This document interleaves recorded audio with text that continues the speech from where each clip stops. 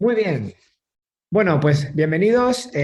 Un día más. En este caso, en el mes de noviembre, estamos teniendo dos eventos. Sabéis que normalmente hacemos un webinar al mes. La semana que viene tenemos el webinar que típicamente es el tercer o cuarto jueves de cada mes, donde tenemos también, pues, como invitados a la gente de Medalia, que nos va a hablar sobre cómo se implementa un programa de voz de cliente sobre su plataforma. Pero en este caso o en esta ocasión hemos recuperado, pues, un formato que nos hace especial ilusión porque me parece que, bueno, que siempre lo más interesante son los casos reales, las experiencias, digamos, que se pueden vivir desde dentro, ¿no? Nosotros al final, a veces como consultores, tenemos la suerte de que podemos ver, pues, muchos tipos de compañías, ¿no? Y muchos tipos de proyectos, pero también te pierdes a veces, pues, un poco lo que pasa puertas adentro, ¿no? Y cómo se viven y se tienen que gestionar los proyectos, las iniciativas, los resultados, pues dentro de las organizaciones, ¿no? Y los casos reales. Y bueno, pues hace un año y medio, 2 años nos planteamos un formato que lo llamamos Izo Talks porque precisamente estaba pensado, pues, como un formato de conversación muy abierto. Aquí hemos venido a disfrutar, José, a pasárnoslo bien, estamos entre amigos.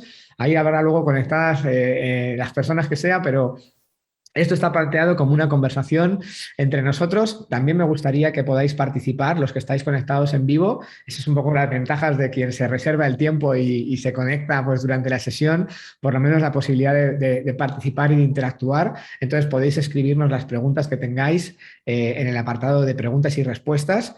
Entonces, lo que vamos a hacer básicamente, José, es abrir un poco la conversación.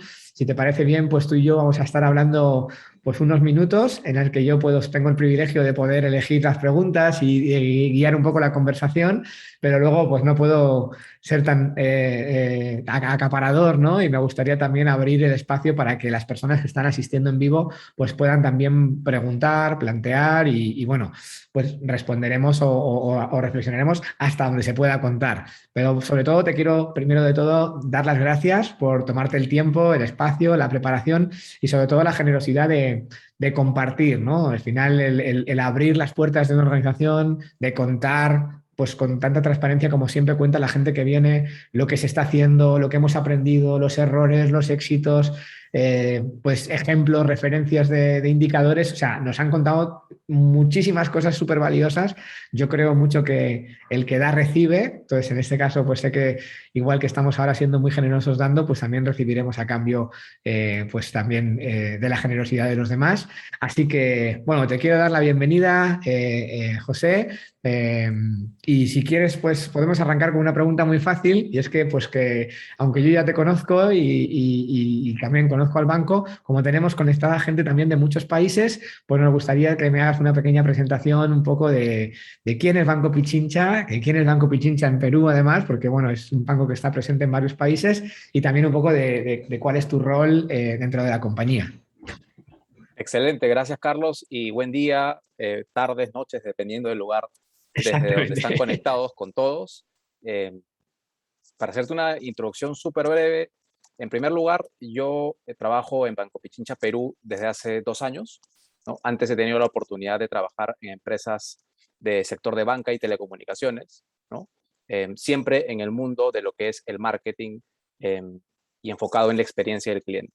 Entonces, ¿qué es Banco Pichincha? Banco Pichincha es parte de un grupo financiero, ¿no? Un grupo financiero que está en Ecuador. De hecho, es de los más grandes grupos financieros de Ecuador, el Grupo Pichincha. Eh, Tiene presencia como entidad financiera y como grupo, ¿no? En más de 5 países. De hecho, en Perú estamos hablando de más de 40 años de trayectoria, y si hablamos de Ecuador estamos hablando de más de 100 años. Entonces, creo que es una larga data donde en el camino han pasado muchísimas cosas, y de hecho lo que nos trae aquí es poder hablarte con la mayor transparencia, como tú decías al inicio, de la transformación que estamos viviendo en cuanto a experiencia cliente en Pichincha Perú, que es un banco comercial que atiende a personas y a empresas. Seguramente hay muchas más cosas que van a poder salir del lado de personas, porque es el foco en el que yo me manejo, ¿no? Pero si es que hay otro tipo de interrogantes o preguntas, bienvenido sea. Buenísimo, me encanta esa actitud. O sea, Aquí yo soy igual. A tu pregunta, que yo de todo opino, y luego yo, bueno, ya hasta donde pueda te voy a contar, ¿no? Luego ya cada uno, pues, donde no se puede llegar, no se llega. Oye, buenísimo, José. Pues oye, encantadísimo de tenerte aquí y yo creo que vamos a pasar un rato muy entretenido y muy interesante. Bueno, yo creo que a mí me gusta siempre un poco de ir de lo más general a lo más particular y un tema que siempre me ha interesado a la hora de hablar un poco de la transformación. Yo creo que las experiencias o las estrategias de experiencia tienen que responder a una necesidad de negocio. O sea, no es una cuestión de, no, yo quiero mejorar la experiencia porque sí, ¿no? O sea, al final hay un reto, hay un contexto, hay un problema, entre comillas, ¿no? Al que queremos dar respuesta. En vuestro caso, ¿qué es lo que más ha motivado, ¿no? ¿De dónde nace esta estrategia? ¿Cuáles son los principales retos que tú ves a nivel de banco, en el caso de Pichincha Perú, y que de alguna manera motivan el que se ponga más foco en este proceso de transformación para enfocarse más en el cliente? Sí, perfecto. A ver, creo que hay al menos un par de cosas que nos motivan muchísimo a generar este cambio. La primera es que el cliente está cambiando constantemente, cada vez es más exigente, cada vez quiere productos y servicios más fáciles de acceder y, y con menos fricciones cuando los quiera utilizar, ¿cierto? Eso es lo primero. Y lo segundo es de que no solamente el cliente está cambiando, sino con ello, en realidad, el mercado, el mundo. De hecho, justo hace unos días leía un reporte de The Economist donde habían hecho un estudio con ejecutivos de banca a nivel mundial y de cada 5 bancos, 4 están en, en disposición de diferenciarse más por la experiencia que por los productos, que es una cosa que, claro, si la escuchábamos hace algunos años parecía descabellada porque hay muchísimos esfuerzos y muchísimos equipos trabajando en cómo generar productos nuevos, ¿no? Sin embargo, un poco ya creo que la vista integral de la experiencia que se brinda es lo que cada vez repercute más y en el Banco Pichincha estamos segurísimos de que ese es el camino y por eso tenemos al cliente dentro de la organización y al centro. Me interesa mucho ese tema. El tema del producto, yo creo que lo voy a recuperar después, más adelante, porque sí es un tema que de hecho creo que es una reflexión muy interesante. O sea, siendo que muchas industrias vienen o venimos de un enfoque producto céntrico, realmente, hombre, la visión cliente también complementa, pero tengo un par de preguntas o de temas que reflexionar contigo también desde cómo estamos involucrando las herramientas de experiencia de cliente en las áreas que se encargan de diseñar productos, que creo que ahí hay un camino interesante. Pero bueno, antes de llegar a eso, por también seguir un poco aterrizando de esa visión más general o a cosas más particulares, quizás sería bueno si nos puedes dar un primer contexto, un overview, ese proceso de transformación, digamos, en qué etapas se ha producido y dónde nos encontramos o dónde os encontráis digamos, cuáles son los antecedentes y cuáles creéis que son también los siguientes pasos. Excelente. Mira, de hecho, este punto que traes a la mesa ahora, Carlos, me invita a poder compartir con ustedes, ¿no? Información que creo que nos va a servir como un abreboca, quizás, pero creo que le va a Buenísimo. traer valor a esto. Déjame compartir un momento. Ah, perfecto, sí, sin ningún problema. Deberías de poder compartir pantalla cuando tú quieras. Sí,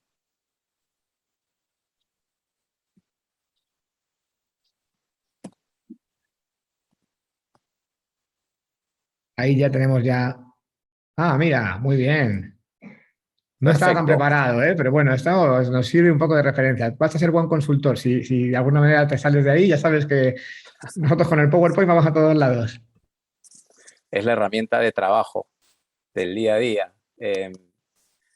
A ver, Carlos, y a todos los que nos están escuchando y viendo, lo que les comentaba hace un ratito es que sí, tenemos al cliente dentro del centro de la organización y aquí hay algunos detalles o hitos de los que les quisiera hablar para un poco hablar de cuál es el contexto, dónde estamos parados y hacia dónde queremos ir, ¿no? Eh, la primera reflexión que quisiera compartir con ustedes es que el ser cliente céntrico, lo primero que estamos haciendo es llevarlo del escritorio a la calle, ¿no? Porque teorías hay un montón, ¿no? Y creo que lo importante es, sea la teoría que uno elija, poder llevarla a la realidad. Entonces, ¿cuáles han sido los principales hitos que nos han acompañado? Y estoy haciendo un recuento de los últimos meses, ¿no? Porque si no, no entra en la presentación. En primer lugar, ¿no? A inicios del año pasado, en enero, generamos una nueva segmentación de clientes de banca personas, que justo es lo que les comentaba al inicio, que es más el foco en el que yo me encuentro. Y esto, ¿por qué es relevante e importante? Porque para generar experiencia de cliente, lo primero es saber a qué cliente te diriges, ¿no?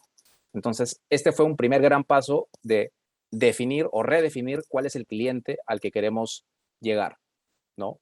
Eh, Luego de ello, en marzo, definimos como banco y declaramos además que la experiencia iba a tener un KPI con visibilidad total, ¿no?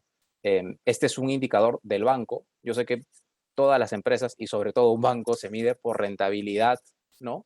Pero también como indicador clave banco es la experiencia.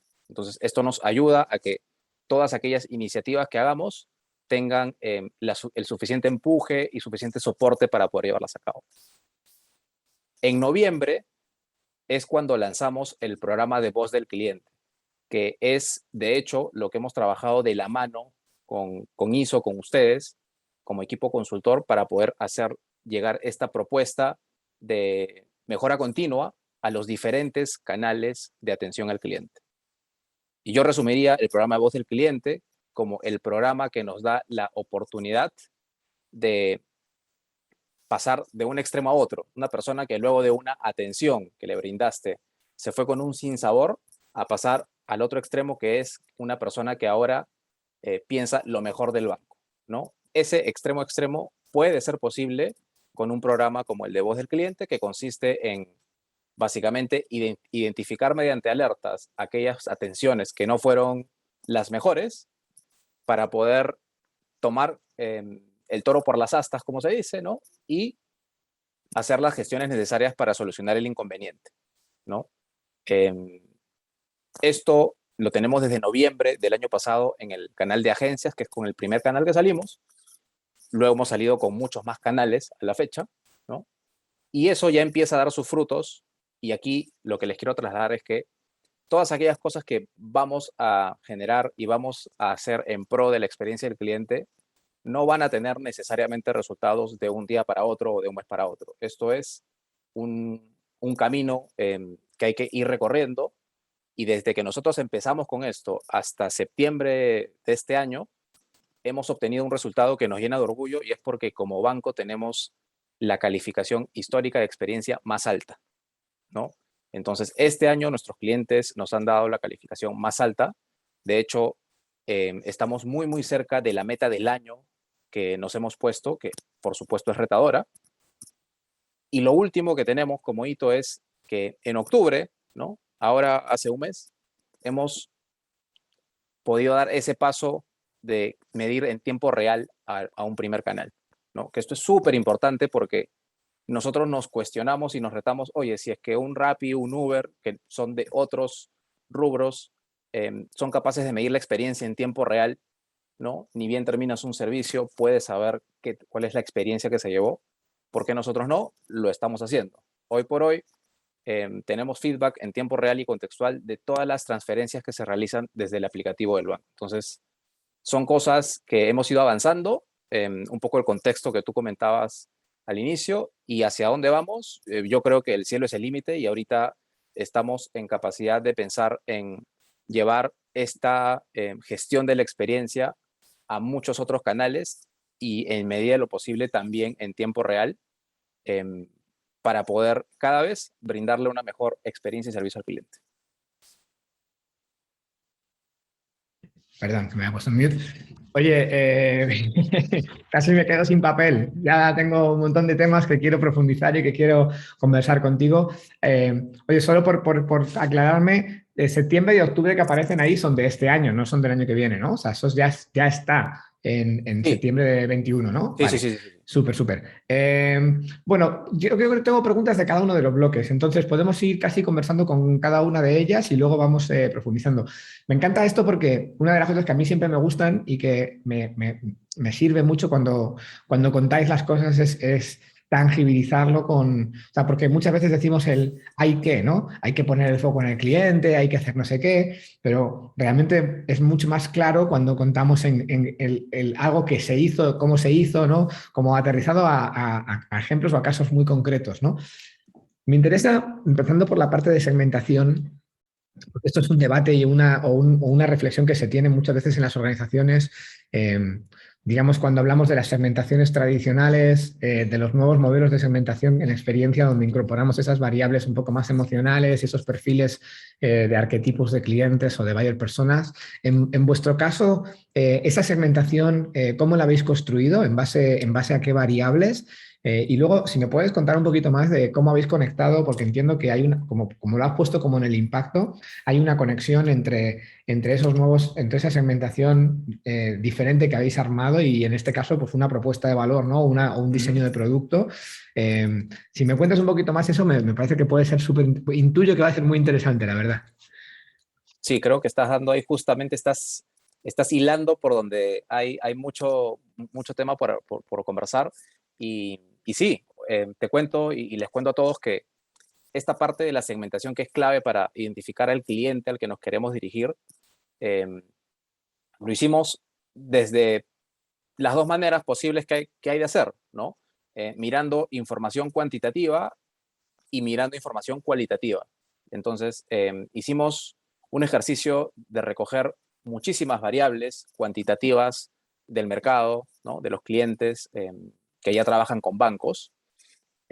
Y también, por el otro lado, hicimos un ejercicio de hacer entrevistas de profundidad, focus group, encuestas, para conocer mucho más acerca de este perfil. A lo que llegamos es en realidad a una segmentación que de todas las variables que tenemos, con tres variables principales, podemos descremar a toda la población económicamente activa de Perú, ¿no? Eh, y luego de eso, lo que tenemos es entender cuáles son las necesidades de cada una de esas personas, ¿no? Que un poco ya hablando en temas más técnicos, es lo que se conoce como el buyer persona, ¿no? O el user persona. Entonces, este diseño lo que te permite es conocer eh, al cliente de una manera más profunda. Entonces, conoce sus motivaciones, sus miedos, sus preferencias, cómo se relaciona y qué espera no solamente de un banco, sino en general de su estilo de vida. Entonces, esto es súper de valor. Y respondiendo a la segunda pregunta, tiene mucho que ver con los productos que podemos generar y servicios que podemos generar para el cliente. De hecho, una vez que tuvimos definida la segmentación de los clientes, encontramos tres tipos de clientes principales. Y para esos tres tipos de clientes principales, que cada uno tenía sus matices, logramos diseñar de la mano con el mismo cliente, ¿no? Tres cuentas que se acaban de lanzar este año. Entonces son tres cuentas dirigidas hacia perfiles con matices y que la idea es que obviamente tengan mucha mayor repercusión en sus vidas que si adquirieran otro tipo de cuenta, porque están pensadas y creadas con ellos de la mano. Bueno, esto en realidad hay cosas que por ahí ya se venían, o algunas compañías fueron como un poco más innovadoras, ¿no? En ese terreno. O sea, en la parte de tarjeta de crédito, por ejemplo, American Express ha hecho siempre un ejercicio muy preciso, ¿no? De segmentación y de diseño de productos que están súper personalizados un poco para el target y para el tipo de cliente. Entonces, no es lo mismo una tarjeta joven, ¿no? Que tiene unas características que tiene que ver con los intereses y motivaciones que tiene un determinado público, que la Platinum, ¿no? Que es otra gente que tiene un estilo de vida totalmente diferente. Oye, ¿se pueden decir esos productos que, o sea, las cuentas que habéis sacado, cómo se llaman y un poco cuál es el arquetipo o el layer persona que está vinculado a eso? Sí, por supuesto. De hecho, de estos tres tipos de clientes que, o sea, todos son clientes banco, claramente, pero tienen sus matices. ¿Cuáles son estos matices? En primer lugar, hay un cliente que es mucho más digital que el resto porque nativamente es digital, ¿no? Por la edad, básicamente.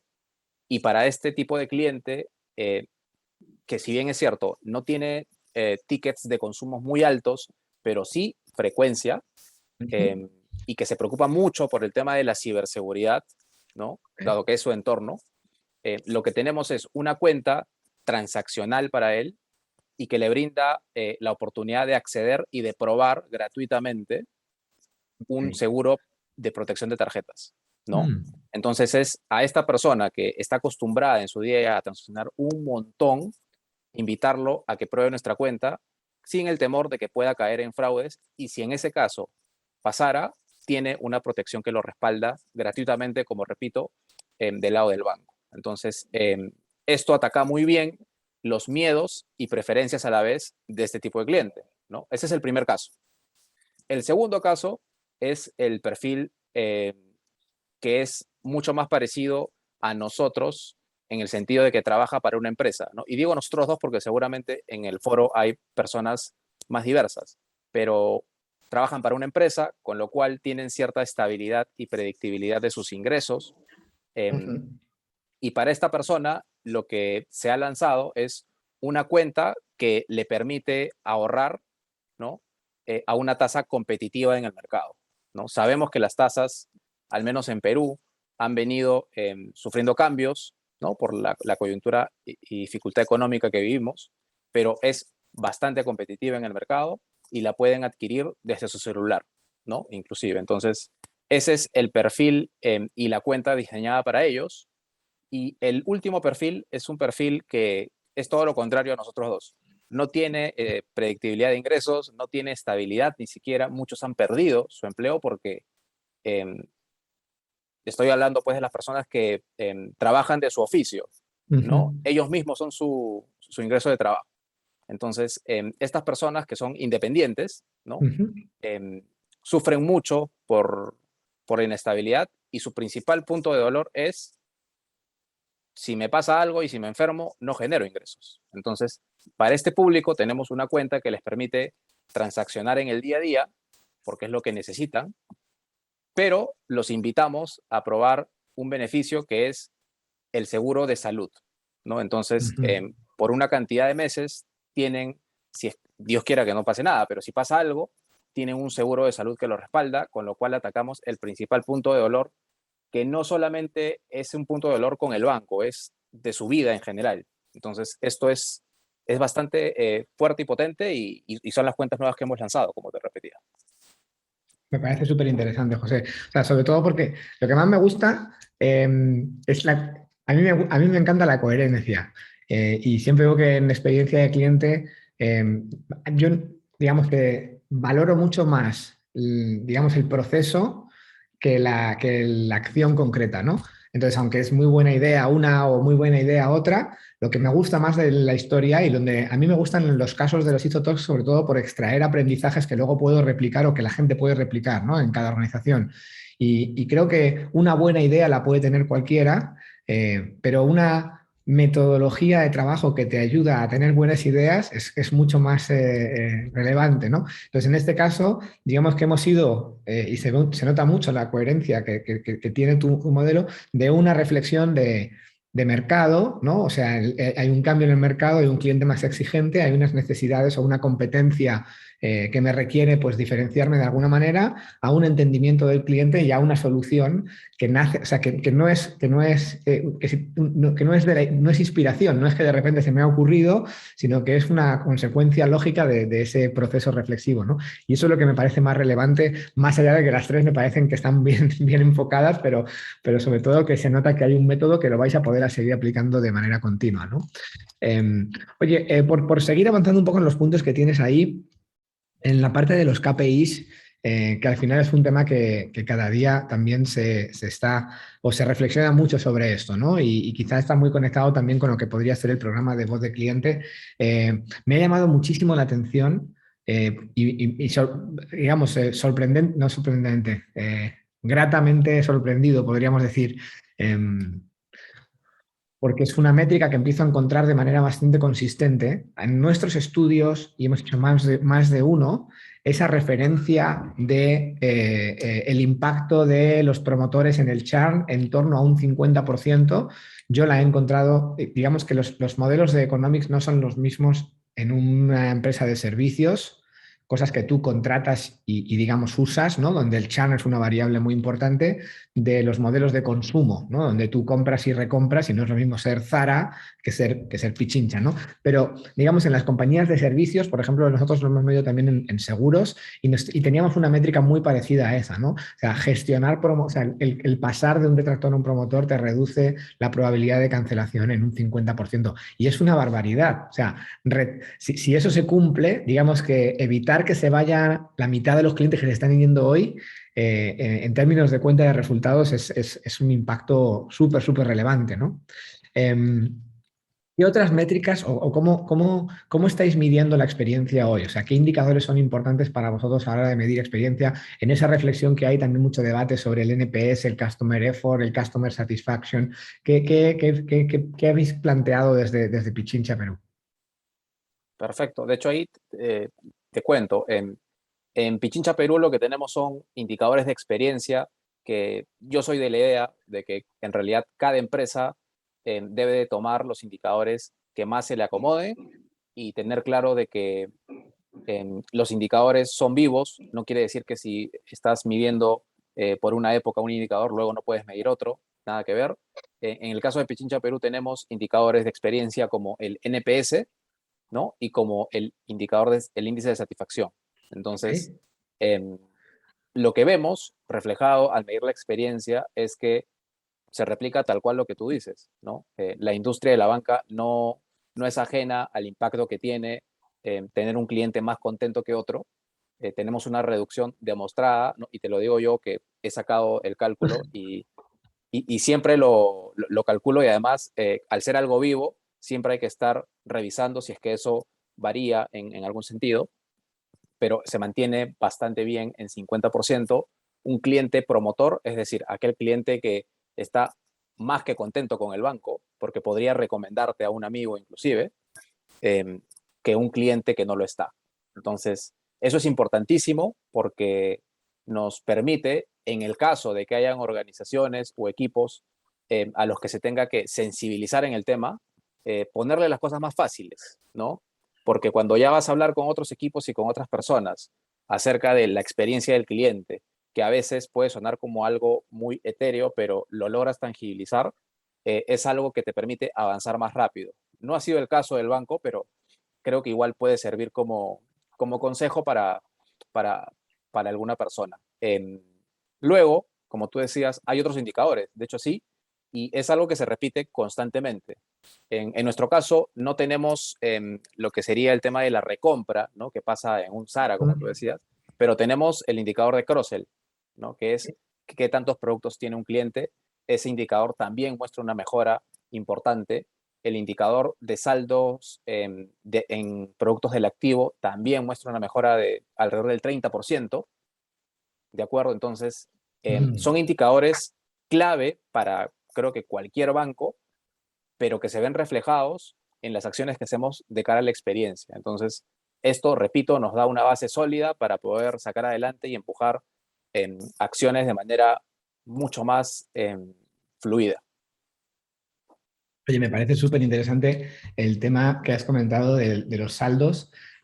Ahí te cuento que en uno de los ISO Talks estuvimos, yo creo que fue el primero, de hecho, con un banco aquí en España, Ibercaja. Estuvo Nacho Torres, el director de Marketing y Experiencia, y nos contaba una cosa que resuena mucho con lo que tú estabas comentando ahora. Y me decía, mira, realmente para un banco, o sea, calcular la rentabilidad por cliente no es como tan fácil, ¿no? O sea, hay que hacer un estudio, es un proceso, no es un dato que tengas ahí en el CRM o en el transaccional de rentabilidad por cliente no sé cuánto, ¿no? Entonces, pero lo que me dijo Nacho fue, y me pareció súper interesante, es lo que nosotros sí hemos visto es que hay una correlación muy fuerte entre el saldo medio y la rentabilidad, ¿no? O sea, hay otras variables, por ejemplo, el número de productos, ¿no? La integralidad, etcétera. Pero, digamos, siendo que el saldo es una variable muchísimo más accesible, o sea, porque sí, sacar el saldo promedio de una cuenta, eso sí es como relativamente fácil, ¿no? Pues lo que me decía es, haber hecho ese estudio que nos muestra que realmente el saldo correlaciona muy bien con el beneficio, pues nos permite poder calcular, digamos, cómo el impacto que tiene la experiencia en la rentabilidad a través del saldo como una variable como más accesible y me sorprende porque por ahí creo que es una práctica que en banca estáis aplicando porque en vuestro caso tú también lo has referenciado, ¿no? Sí, exactamente. Exactamente son variables que, digamos, te saben o te dan un termómetro si es que estás en la dirección adecuada y claramente lo estamos. Hacer el ejercicio de encontrar el valor, no solamente actual, sino potencial inclusive de un cliente, es todo un proyecto de analytics que, de hecho, estamos en camino a y en algún momento lo tendremos para poder compartirlo también. ¿Qué tal nos va con ello? Oye, por seguir avanzando con los temas que yo creo que nos has planteado ahí, que me vienen muy bien como guía y como referencia. Dentro del programa de voz de cliente, hacías referencia en los impactos al número de alertas gestionadas.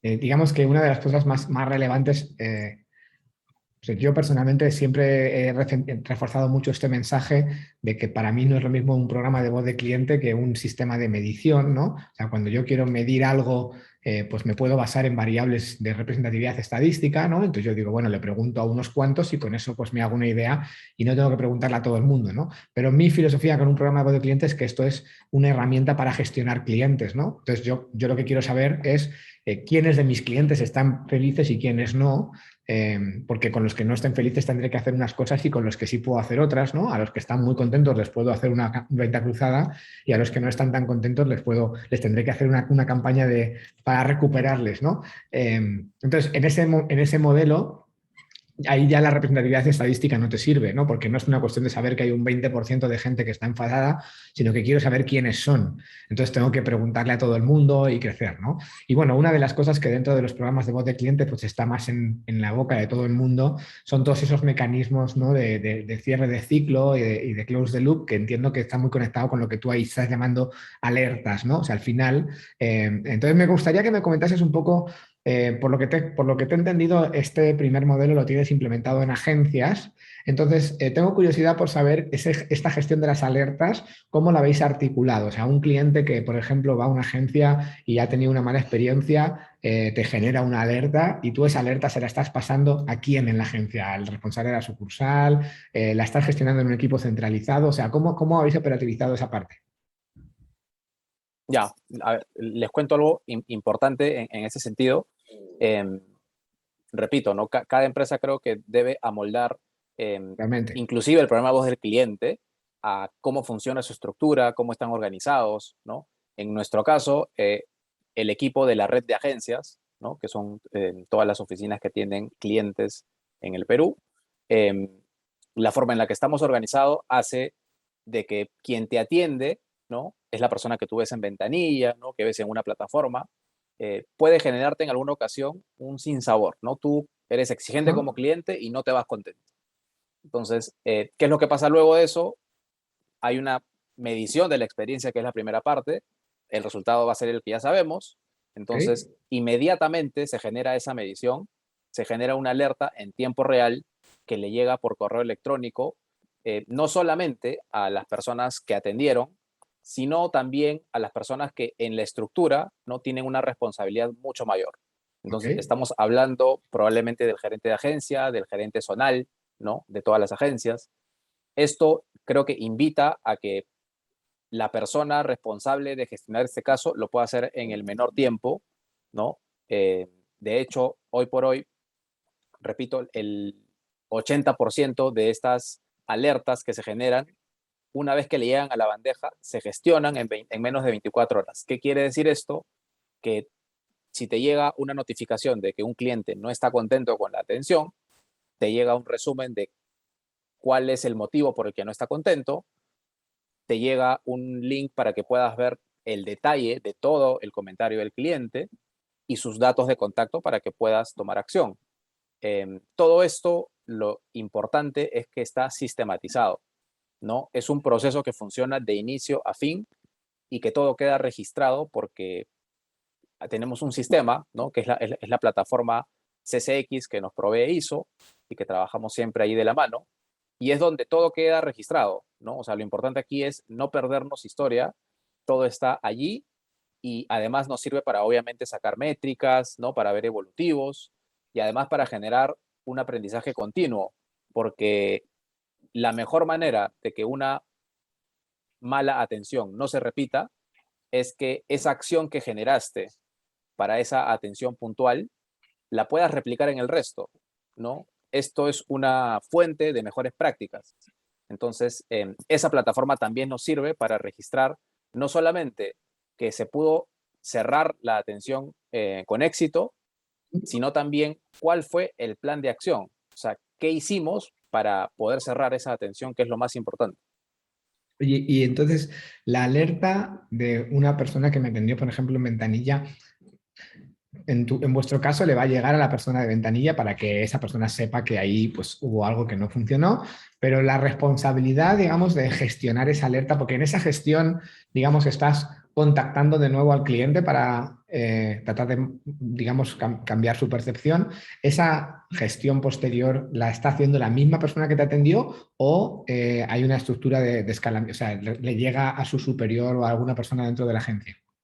Sí, le llega a un gerente de agencia. Sí. Ok, el gerente esencial.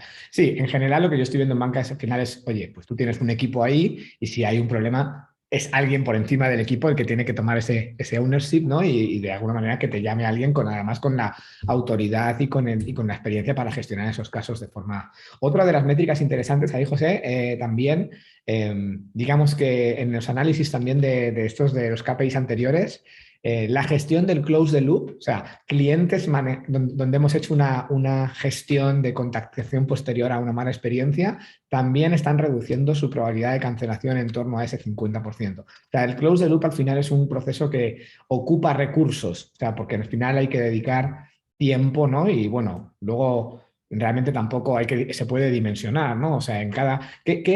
Yo voy a preguntar un montón de cosas. Ahora voy a preguntar las preguntas que están subiendo ahí al módulo de preguntas y respuestas, porque si no acaparo todo. Pero una pregunta, ¿tenéis o sea, qué número de feedbacks promedio o un aproximado se reciben por cada agencia en un periodo, por ejemplo, de un mes? Mira, estamos hablando de alrededor de unos 5 feedbacks. Depende mucho de la agencia, depende mucho de el flujo que tenga esa agencia en esos días, en esas semanas, pero estamos hablando de al menos unos 5 en una semana. 5 en una semana, ¿ok? O sea, que serían unos 20, pero feedbacks, estamos hablando de respuestas de cualquier tipo, no de alertas. No, de feedbacks por trabajar, por gestionar.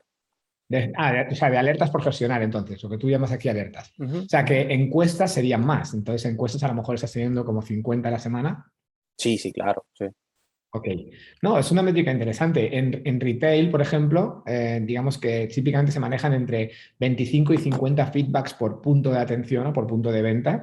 En la banca, pues también estamos hablando de, ahí tenemos depende también un poco de la red, ¿no? De lo grande que sea. Yo qué sé, aquí, pues, por ejemplo, tenemos un retail en España que es una cadena de supermercados que tiene 3.000 tiendas, ¿no? Entonces ellos hacen en torno a unas 25 o 30 encuestas por cada punto de venta al mes y eso les lleva a tener más de 1,5 millones de feedbacks al año, o sea que claro, es una barbaridad, pero bueno, si yo tengo, no sé, 600 sucursales o 300 sucursales, pues a lo mejor puedo tener 200, 400 feedbacks al mes por punto, por cada agencia, y eso me da una cierta representatividad mensual, ¿no? Pero bueno, en el fondo lo que estás diciendo es que en el número de casos, pues bueno, me tocará gestionar 5 a la semana, eso es una al día. O sea, no es una supercarga de trabajo el tener que gestionar un caso al día con el impacto que puede tener después eso a la hora de revertir en el negocio, ¿no? Eh, Es muy correcto, interesante eso, es correcto, es correcto. muy interesante. Bueno, pues oye, por no acaparar yo todo el tiempo de la entrevista, déjame que voy a revisar. Por ahí estoy viendo varios mensajes en el chat. Simplemente, aunque Mario os lo está poniendo por ahí, recordad que es importante que las preguntas nos las coloquéis en el módulo que pone preguntas y respuestas, porque ahí digamos que va a ser más, es más fácil luego hacer el seguimiento y también que podéis votar un poco las preguntas que hayan hecho otras personas, ¿no? Bueno, por ahí tenemos una pregunta de la herramienta que yo creo que las he respondido ya y de cómo se produce la gestión de este feedback, ¿no? Cómo lo direccionas a la organización. Así que creo que esta sí la hemos respondido. Eh, Vale, estaban preguntando también, por ejemplo, que qué KPIs estáis utilizando, si NPS, Customer Satisfaction, Customer Effort y la meta idónea cuál es. Bueno, vamos a aprovechar para reflexionar sobre esto. Digamos que has respondido o ya has comentado, José, sobre las mediciones en caso de NPS, ¿no? O de Customer Satisfaction, que son las dos que estáis utilizando, pero nos preguntaba, por ejemplo, Mauricio, ¿cuál es la meta idónea, ¿no? O sea, y me gustaría preguntarte, digamos, por traducir un poco esa pregunta también, ¿qué objetivo de NPS os habéis marcado y cómo lo marcáis? O sea, ¿cuál es el modelo, en base a qué modelo fijáis objetivos? Ujú.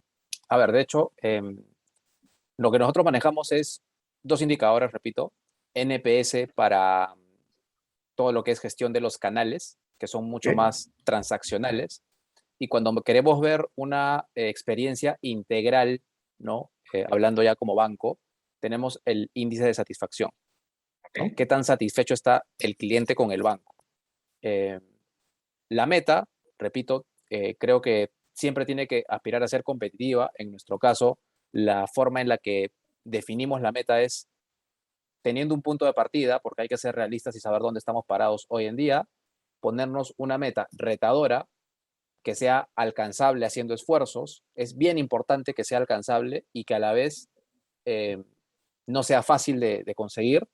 Y digo esto porque si ponemos una meta muy difícil, ¿no? Puede ser el ideal, pero quizás no es para de aquí a un año, es para de aquí a unos cuantos más.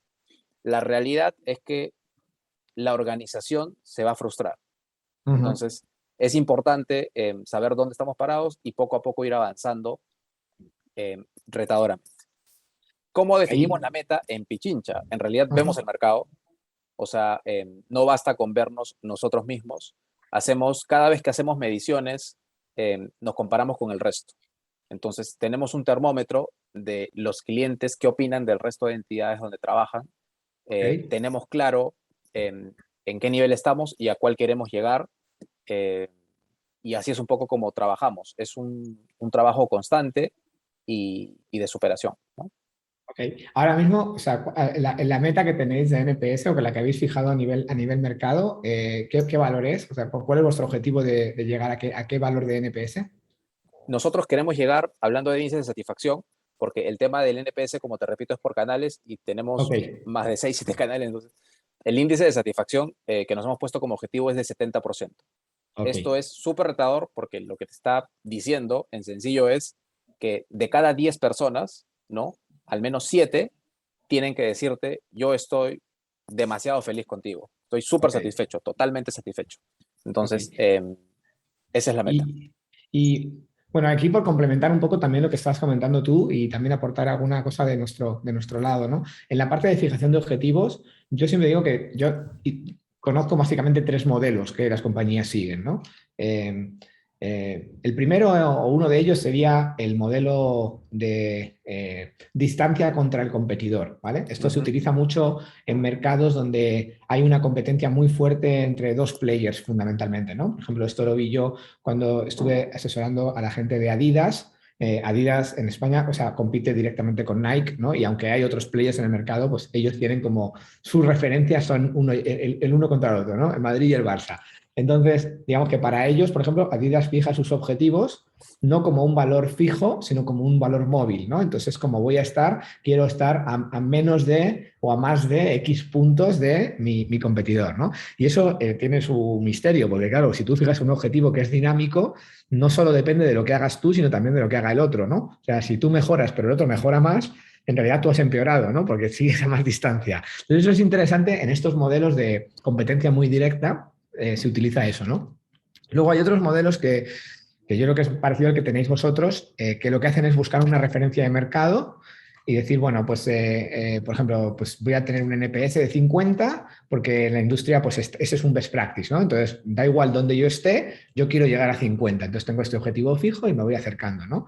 Y luego hay otro que a mí personalmente es el que suelo recomendar mucho más porque entiendo que el NPS o cualquier métrica de experiencia lo relevante es el evolutivo, ¿no? Y es simplemente la referencia contra mi medición anterior, ¿no? Entonces, el año pasado estaba en 18, este año voy a estar en 22, el año que viene en 28 y así voy fijándome los Ujú. objetivos, ¿no? Pues bueno, esos son como tres referencias a la hora de fijar objetivos que podéis utilizar, digamos, pues, el resto de gente que está escuchando. Oye, a raíz de esto se me ocurre también una pregunta importante o interesante. ¿Tenéis una métrica o sea, tenéis alguna métrica de experiencia dentro del el modelo de retribución variable de los ejecutivos o de los directivos y del resto de personas de la organización? Sí, o sea, em, como toda organización hay diversas posiciones que tienen y se miden por cumplimiento de objetivos. Cuando yo te decía al inicio de que como banco se tomó la decisión de que exista un KPI de experiencia, implica eso. Ajá. Entonces, tú te vas a encontrar con que las personas que te atienden en ventanilla o en plataforma, ¿no? Parte de su remuneración se ve impactada si es que hay una mejor experiencia que se le da a los clientes, ¿no? Ok. Es parte de todo el panel de indicadores que tienen la experiencia, sí. Ok.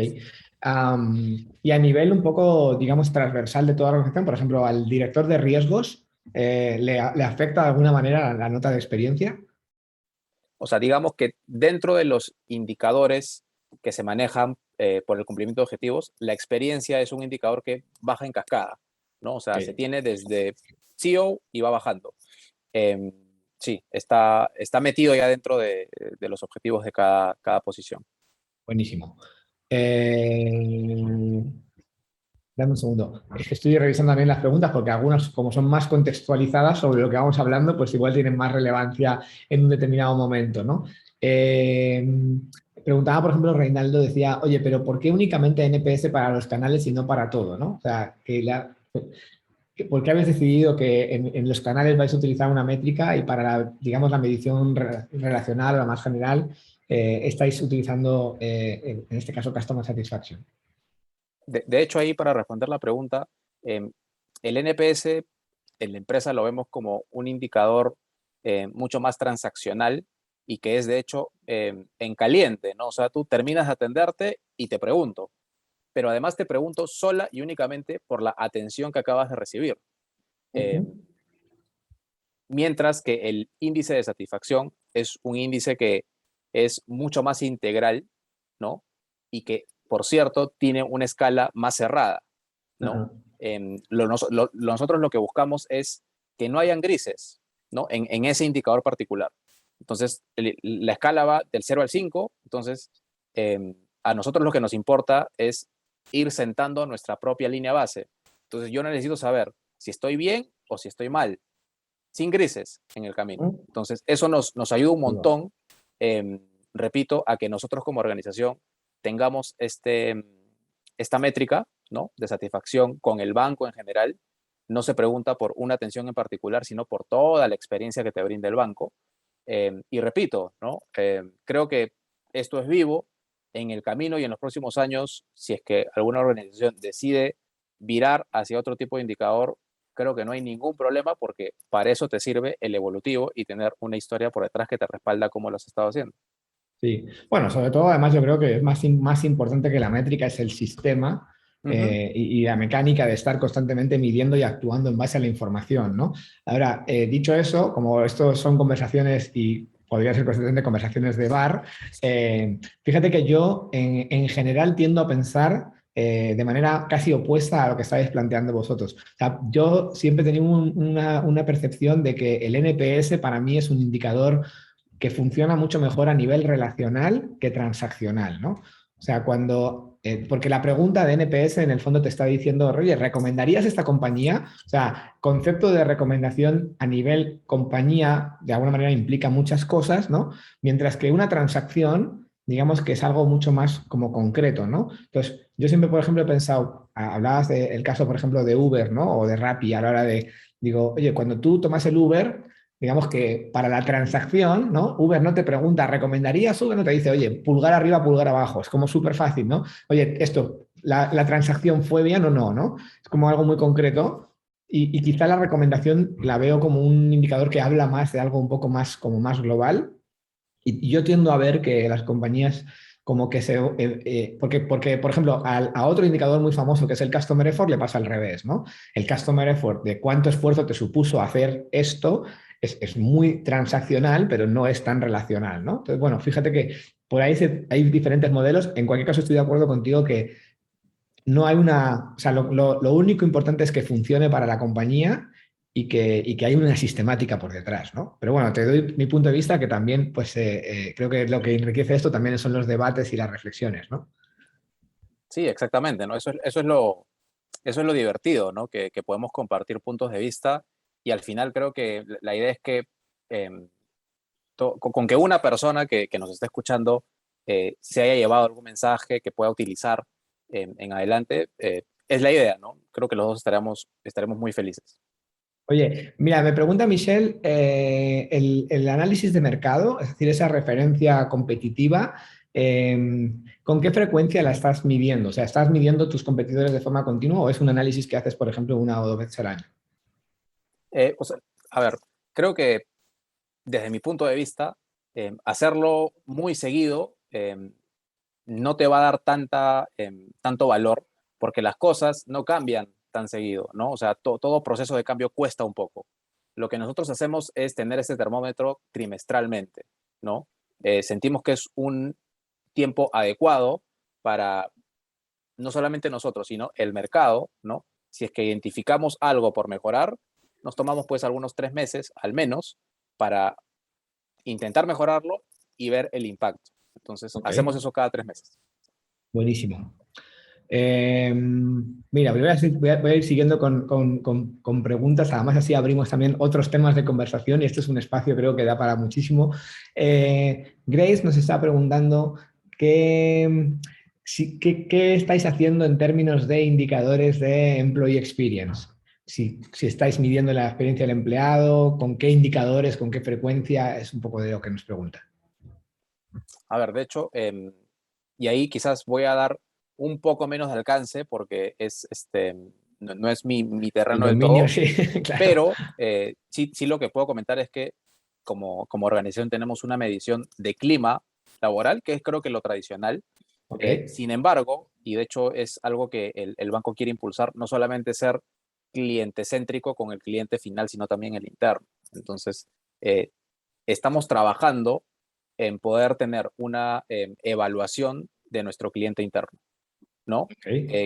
Que va a ser muy similar a lo que uno pretende evaluar y buscar información con el cliente final, pero hacia adentro de la organización, con variables que para nuestro equipo de Banco Pichincha son relevantes, ¿no? Eso no lo tenemos al día de hoy ejecutado, pero está en la puerta del horno. Muy bien, eso es súper interesante. Mira, nos preguntaba Karina, que estoy recuperando también un tema de los que hemos hablado antes en la gestión del close the loop, pero como van entrando las consultas por ahí, las tengo que ordenar un poco. En esta gestión de las alertas, digamos, ¿cómo, o sea, qué tienes definido? Ella habla, por ejemplo, si hemos contemplado un plan de atención de las alertas, o sea, sobre todo, en base a qué criterios se decide cuándo llamar al cliente o cuándo se soluciona simplemente a la interna, o pregunta a Karina, oye, o llaman a todos los clientes que generaron tickets. O sea, ticket me refiero a alerta, ahí entiendo que se refiere más al concepto de alerta. O sea, asumo que la alerta se genera bajo unas condiciones, o sea, no todo el que responde, Sí, sino que solamente generamos una alerta cuando se dan ciertas características, como por ejemplo que la nota es menor a X, ¿no? Y que el cliente es de tal sí, tipo o lo que sea, ¿no? Entonces, pero es ahí, correcto. curiosidad, o sea, todos los casos que generan tickets generan un intento de contacto o cómo lo tenéis manejado? Ya, perfecto. Gracias, Karina, por la pregunta ahí. Para responder, en realidad, la forma en la que hemos implementado el programa Voz del Cliente hace posible que de todas las atenciones que no han sido las mejores, y por no han sido las mejores me refiero a los que tienen calificaciones por debajo de 8 inclusive, del 1 al 10 hablando, Ok, eh, son potenciales intentos de llamada. ¿Y a qué me refiero con potenciales? Porque recuerdas que les comentaba que había un desglose de información de cuál era el motivo, ¿no? De este ok, descontento del cliente. Lo que buscamos con esa llamada es solucionar el problema, ¿no? Hay problemas que son más estructurales y más de procesos y a veces hasta de desarrollos tecnológicos que no le voy a poder dar la solución en ese momento. Entonces, ¿qué es lo que pasa? Hay dos caminos. Un camino es en el que yo estoy en capacidad de poder resolver el problema porque quizás fue una mala información, ¿no? Y allí se genera automáticamente la alerta para el intento de la llamada. En el caso de que fuera una atención eh, que no fue la mejor, pero el problema no se puede solucionar en ese momento porque, por ejemplo, eh, el cliente lo que necesita es que el app tenga una nueva funcionalidad que hoy día no existe. ¿Me sigues? Ujú. Eso de allí no se intenta contactar porque en realidad no le vamos a resolver el problema. La idea de Ok. esto es resolver el problema. Ahora, no quiere decir de que eso se quede bajo el tapete y que el feedback del cliente no lo recogemos. Lo que tenemos implementado, como tú decías, lo importante es que sea el indicador que sea, lo hagamos sistemáticamente. Lo que tenemos implementado es que vamos acumulando, ¿no?, todos esos feedbacks que no tenían solución inmediata y los revisamos, ¿no?, mensualmente con ya no solamente el canal, porque eso está claro que el canal no lo va a poder solucionar. Lo gestionamos con las áreas que tienen la labor de evaluar esa solución. Y acá pues ya estamos hablando de equipos como de transformación de procesos, ¿no? A veces hay temas de riesgos, ¿no? Pueden haber temas de cobranzas, es muy diverso. Ok. Interesante. Ahí, o sea, también un poco como reflexión, ¿no? Hay en algunas ocasiones que hay compañías que, bueno, de alguna manera, independientemente de que no lo vayas a poder resolver, y esto, claro, depende un poco también de los recursos, el tiempo y todo, ¿no? Pero alguien te llama y te dice, oye, José, vi que el otro día nos apareció que tuviste o sea, nos diste una valoración que está por debajo de lo que nos gustaría. El problema es un problema que no tenemos capacidad de resolver en el corto plazo, pero igualmente te quería llamar pues para disculparnos por los inconvenientes y darte las gracias por tu feedback. Y realmente es un contacto que en la medida en la que lo puedes hacer, cuando tienes los recursos, a la gente a día de hoy, esto probablemente en unos años o en un año o en medio, a lo mejor en meses, deja de ser sorprendente porque si lo hacemos todos, pues ya le damos menos valor, ¿no? Pero a día de hoy la gente que de repente dice, oye, se han tomado la molestia y el tiempo de digamos, de dar seguimiento a mi comentario, ¿no? Porque a veces es como, bueno, a veces escribimos las encuestas y ponemos los comentarios pensando si esto no se lo va a leer nadie, ¿no? Entonces, simplemente el hecho de dar como constancia de que eso se ha reconocido, pues es interesante, ¿no? Y incluso en algunos casos podría ser algo que hasta se podría hacer, digamos, medio semiautomatizado, ¿no? O sea, no te voy a poder resolver, pero mínimo te mando un correo y te digo, oye, un correo que puedes tener cierta plantilla, pero que te va a requerir mucho menos esfuerzo. Oye, que sepas que nos hemos leído tu comentario, hemos visto tal, y vamos a tratar de resolverlo con el área correspondiente, aunque esto nos va a llevar un tiempo, ¿no? Y me parece que son cosas que son interesantes, teniendo en cuenta que la persona se tomó el tiempo, ¿no? De responderte, de darte un comentario, de darte una serie de cosas, y merece la Sí, pena explorar o pilotar ese tipo de acciones, ¿no? totalmente de acuerdo, totalmente de acuerdo. Y creo que es idea de que cada una de las personas en los equipos de experiencia lo pueda probar y ver si le funciona o no. En nuestro caso particular, lo probamos. No nos fue tan bien con el tema de llamar a todos, porque Ujú. era una gran cantidad de llamadas las que se tenía que hacer, ¿no? Y el resultado no era el mismo en todos, ¿no? Hay clientes que sí, efectivamente, te van a decir, oye, gracias por la llamada, o sea, no esperaba que el banco me llamara en ningún momento. Hay otros que no tanto, entonces preferimos enfocarnos, ¿no?, de momento en los clientes que sí podemos resolver totalmente su problema y el Buenísimo. resto nos llevamos el encargo y lo hacemos por detrás, ¿no? Me gusta de todas maneras el ejercicio de yo lo he pilotado, o sea, lo pruebo, ya a mí me gusta eso, me gusta, yo lo pruebo, aprendo, veo qué pasa y con eso decido, ¿no? Pero no de por sí ahí renunciar a las cosas. Bueno, estamos sobre la hora, pero vamos a ver si nos da tiempo a hacer alguna pregunta adicional sobre este tema de la retroalimentación, que creo que es un tema que es un reto para mucha gente. También Michelle estaba preguntando, bueno, ¿cómo se hace o cómo hacéis para retroalimentar? O sea, después de que se ha detectado el problema y que se ha gestionado el close the loop con el cliente, si hay algún proceso un poco de retroalimentación, digamos, a la raíz del problema, entre comillas, ¿no? O sea, si yo en la ventanilla generé una mala atención por motivo que fuese, el cliente no se fue tan satisfecho y me puso una mala puntuación y esa gestión la cierra el Sí, gerente de la agencia. ¿Qué mecanismo existe? O sea, si existe algún mecanismo para que a mí me retroalimente y me llegue el feedback de, mira, hablé con el cliente y esto es lo que pasó. ya. De hecho, ahí voy a tocar dos, sé que estamos con la hora, pero No te preocupes, no te la preocupes. pregunta me invita a hablar de dos temas bien importantes que no quiero que se me escape porque creo que les puede ser de valor. Lo primero es de que el proceso, al estar sistematizado, todo queda registrado, ¿no? Es responsabilidad, como te decía, de un gerente de agencia, poder colocar cuál fue el plan de acción, ¿no? Y muchas veces el plan de acción es la retroalimentación al colaborador, ¿no? Que voy a Ujú. poner un ejemplo. Oye, no le dio la información completa acerca de un servicio que proveemos, ¿no? Entonces, allí el plan de acción es literal, ¿no? Actuar con el ejemplo. Entonces, se le explica cuál es el correcto o la correcta forma de brindar la información completa, pero sobre todo se hace un roleplay, ¿no? Que de hecho Ok. esto fue una mejor práctica que encontramos en algunas agencias y lo bueno es que ya lo estamos estandarizando para el resto.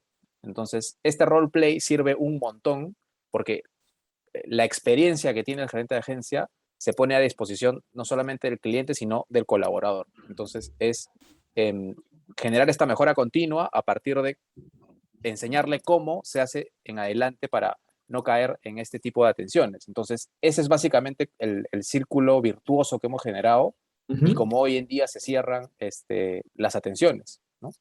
Claro, sería close the loop con cliente y luego close the loop con agente, ¿no? Por decirlo así. Exactamente. Eh, Mira, voy a tomar dos o tres preguntas más. Y si tienes esos minutos, 5 o 10 minutos antes de cerrar, yo creo que nosotros también tenemos tiempo. Yo sé que la gente que tenga una reunión ha saltado a la siguiente reunión, pero verá luego el final del vídeo en la grabación. Pero bueno, dos preguntitas que tenemos por aquí. Mira, Claudia nos está preguntando, y me parece interesante, si a los clientes que hacemos el close the loop, digamos, los invitas de nuevo a evaluar de nuevo su experiencia. Sí, sí, y por dos razones, ¿no? Porque creo que es eh, saludable en algún momento ver este cliente al que intenté darle una solución, ahora cómo está conmigo, ¿no? Lo ideal es que ahora ya muestre una mejor relación. Sin embargo, no lo hacemos tan seguido. Es decir, yo te Ok. puedo llamar hoy día, ¿no? Para saber qué tal te fue en la atención. Lo que no quiere decir que si de acá a 2 semanas vuelves a ir a la agencia, te voy a volver a llamar. Esto es porque básicamente no queremos saturar al cliente y además que queremos mantener esa diversidad y frescura en el feedback, que es lo que nos da, creo que, relevancia en la medición. Entonces, lo hacemos, sí, pero no tan seguido. Ok, súper Esperamos bueno. algunos meses. Ujú. O sea que no es tanto, claro, o sea, no es tanto el impacto de corto de la gestión de feedback, o sea, que es un poco lo que yo creo que preguntaba Claudia, o sea, yo te llamo y te digo, bueno, y ahora te voy a mandar otra encuesta para ver si ya cambió tu o sea, no es tanto eso, sino que lo que haces luego es comparar cómo ha evolucionado el cambio de mentalidad en el tiempo con una siguiente medición que se pueda hacer posteriormente, ¿no? Sí. Súper. Vale, y bueno, por ahí Luisana nos preguntaba si habéis considerado medir el esfuerzo como uno de los indicadores pues, potenciales de la parte de interacciones de servicio. Sí, totalmente, totalmente. Es uno de los indicadores que nos gustaría empezar a medir y de hecho esto, y repito, ¿no?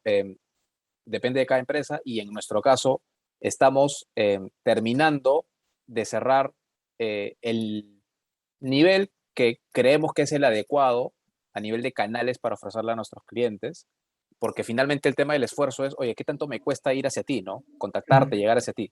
Entonces, mientras que este año hemos terminado de desplegar el WhatsApp, ¿no? Las funcionalidades del app cada vez siguen siendo mayores y mejores, ¿no? Sentimos que estamos cerca de tener el set de canales con el que queremos sentar nuestra línea base de esfuerzo, ¿no?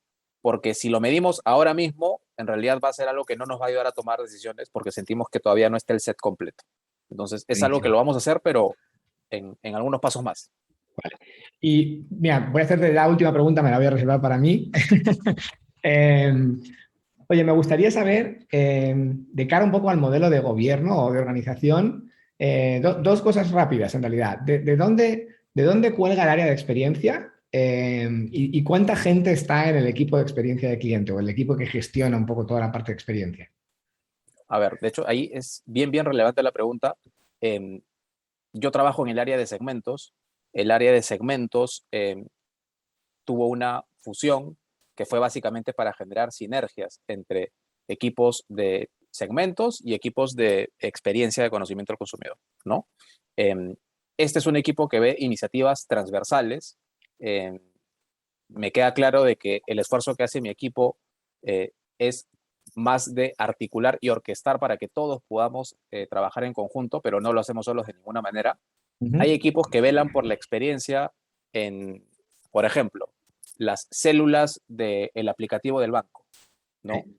Tiene vida propia. Entonces ahí tienes decenas de personas que trabajan para que el app sea cada vez mejor. No me animo a darte un número porque creo que voy a estimarlo mal de cuántas personas hay, pero te digo que son decenas de personas en varios equipos, Ok. y nosotros articulamos y orquestamos con todos ellos para poder hacer posible los resultados y las experiencias que les vengo a contar hoy día. Y la parte de medición sí está dentro de lo que sería el equipo que depende de ti. Sí, O sea, lo que sería, y en ese, porque claro, o sea, en el concepto ampliado, evidentemente, hacia donde caminan muchas organizaciones, porque para poder realmente que la experiencia penetre en toda la organización, lo normal es ir creciendo en la capilaridad. Pues podemos considerar incluso el tiempo que dedican los responsables de agencia a hacer el close the loop es parte también de la gestión de experiencia. es Pero, correcto. digamos, dedicados de manera exclusiva dentro del equipo que gestionas tú, ¿cuánta gente hay para, por ejemplo, todo el programa de voz de cliente? Tenemos 3 personas. Ok, buenísimo. Me parece que esos datos siempre nos sirven a todos, nos sirven un poco de referencias y de estructura. Hay mucha gente pensando, oye, Sí, todo esto con cuánta gente lo hago, ¿no? Bueno, pues al sí. final Y la ahí tecnología te ayuda y bueno, pues ahí hay que encontrar un y voy a equilibrio. dar, voy a dar te prometo que es lo último, Carlos, No, ya no, te no, estoy no, robando la porfa, hora. súper interesante. Un último par de tips en ese lado.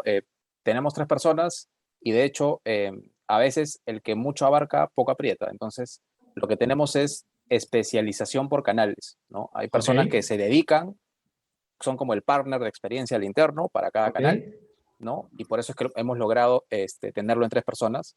Y por otro lado, lo que les quería comentar es de que apóyense un montón en el resto de equipos, porque yo te digo que te pueden dar un equipo de 2 personas, 5, 10, 20 personas, pero si crees que solamente con ese equipo vas a generar algún cambio en experiencia, eh, te vas a demorar mucho, ¿no? Apóyate siempre en el resto de equipos. Creo que cada empresa tiene un montón de equipos y de personas de valor. Apóyense en ellos para sacar las cosas adelante. Totalmente, totalmente. Y yo siempre he dicho también, complementando eso, que de todos los sitios en los que podemos trabajar en experiencia, empecemos siempre por aquellas unidades o aquellas áreas que tengan una mayor predisposición. O sea, no todo el mundo tiene la misma apertura. Hay gente que dice, mira, yo llevo haciendo esto así toda la vida y no quiero cambiar. Entonces es bueno empezar sobre todo con aquellos que tienen más apertura para probar cosas nuevas y tener esos éxitos en donde tenemos más probabilidades de tener éxito. Y luego ya iremos sumando al resto, ¿no? Que siempre es un tema que nos cuesta. José, oye, de verdad que ha sido un placer conversar contigo. Me ha parecido súper interesante todo lo que nos has compartido. Estoy seguro de que a todo el mundo también. Darte las gracias de nuevo por la generosidad y por el tiempo. Estamos aquí a tu disposición para lo que quieras o que te podamos ayudar de vuelta desde IZO. Ya sabes que aquí tienes unos amigos. Bueno, espero verte pronto y que sigamos teniendo este tipo de conversaciones. Semana que viene, a los que estáis conectados, tenemos otro espacio un poco diferente ahí para hablar un poco más de mejores prácticas con un fabricante que nos va a montar pues cómo implementar programas de escucha, ¿no? En este caso sobre otro tipo de tecnologías y que seguro que vamos a aprender también un montón de cosas, así que os esperamos por ahí y también pues bueno, en esta recurrencia que tenemos de conversaciones todos los meses, donde vamos a tratar de seguir sumando experiencias y clientes siempre que tengamos amigos como José que nos quieran compartir cosas. Así que José, de verdad, muchísimas gracias por tu tiempo. No, a ti por la invitación, Carlos, a todo el equipo de ISO y a todas las personas que nos han podido acompañar. Un fuerte abrazo y que tengan un buen día. Igualmente, amigo, muchísimas gracias, que estéis muy bien. Gracias a todos, cuidaros. Bye.